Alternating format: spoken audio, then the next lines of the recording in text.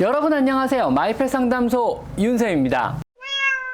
고양이 정상 체온은요 38도에서 39도 사이로 39.5도 이상이라면요 열이 있다고 판단하셔도 좋습니다. 고양이에게 발열을 유발하는 원인은 셀 수 없이 많습니다. 사람용 타이레놀 같은 해열제를 복용시켜서는 절대 안 됩니다. 고양이 몸에서 열이 있다면요 우리는 어떻게 해줘야 하는 걸까요?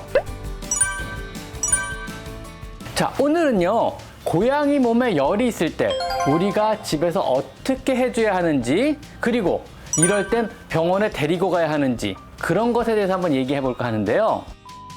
햇볕이 잘 드는 창가에서 한숨 푹 잔 것도 아니고요, 또 따스한 난로나 전열기구에 오래 앉아 있었던 것도 아닌데요. 몸이 뜨끈뜨끈하고 몸에서 열이 나는 것 같다면요 한번 정확히 체온을 측정해 봐야만 합니다. 사실 고양이의 정상 체온은요 사람에 비해서 약 2도 정도가 더 높기 때문에 우리가 손으로 재보는 것은 그리 정확하지는 않습니다. 특히 비가 오거나 눈이 오는 등 주변의 습도가 올라가면은요 우리의 손은 공기 중에 습도를 매개로 더 많은 감각을 느끼게 되어 정상 체온일지라도 더 열감을 느낄 수도 있습니다. 우리의 감각기관은요 생각보다 속기 쉬우며 또 정확하지도 않기 때문입니다. 그래도 비교적 손으로 정확히 재고 싶다면요 고양이의 등이나 목 부분에서 체온을 재지 마시고요, 고양이의 허벅다리 안쪽 털이 없는 부위죠, 이쪽으로 손을 대어 재보시는 것이 좋습니다. 털 부분은 체온이 정확하게 안 재지거든요. 그래서 이 부분에 손을 이렇게 집어넣고 체온을 재보시는 것이 정확하고요. 혹시라도 이 부분에 손을 대봤는데 열감이 좀 많이 느껴진다 그러면은요 다시 체온계로 사용해서 정확하게 재어보는 것을 권장드립니다. 체온계는요 약국에서 파는 몇천 원짜리를 사용하면 충분하고요, 체온계 끝에 베이비 오일이나 글리세린 같은 윤활제를 조금 바른 후에 그 항문 끝에서 한 1에서 2cm 정도 밀어놓고 체온을 재시면 됩니다.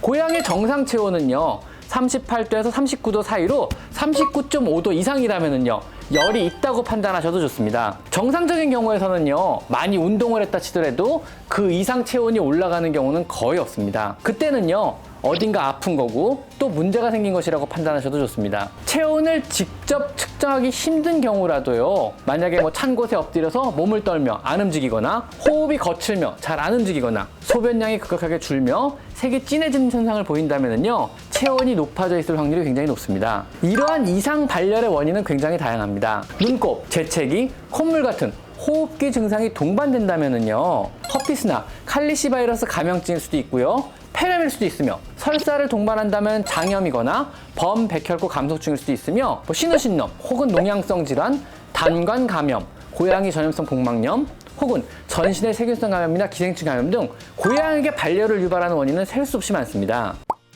일단 고양이 몸에서 열이 있다면요 우리는 어떻게 해줘야 하는 걸까요? 우선요 타월로 감싼 얼음팩을요 고양이 허벅다리 사이나 양 겨드랑이 사이에 끼워 넣어주어 열을 낮추는 것을 시도해 봅니다. 이 부위에다가요 이렇게 혹은 이렇게요.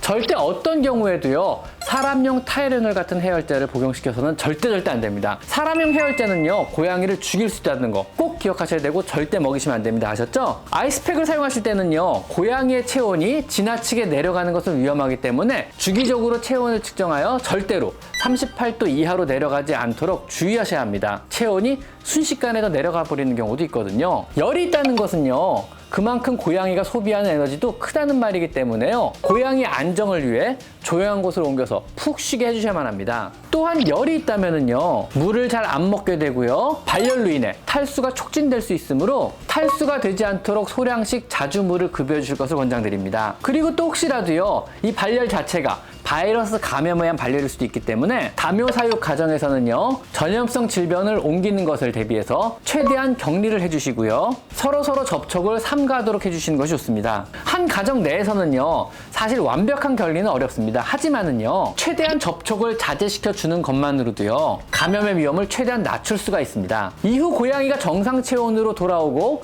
증상이 없어진다면은요 조심해서 관찰해 보시면 됩니다.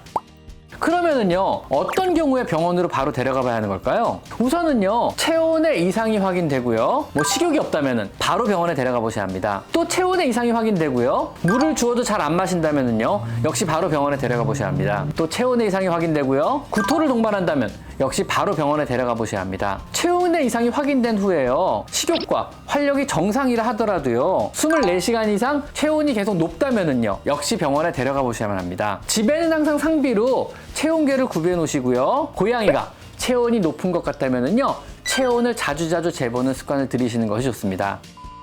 자, 오늘은요, 고양이가 열이 나는 것 같다면 우리가 어떻게 해야 되는지에 대해서 한번 알아봤습니다. 자, 오늘은 여기까지 마이펫 상담소 윤쌤입니다. 감사합니다.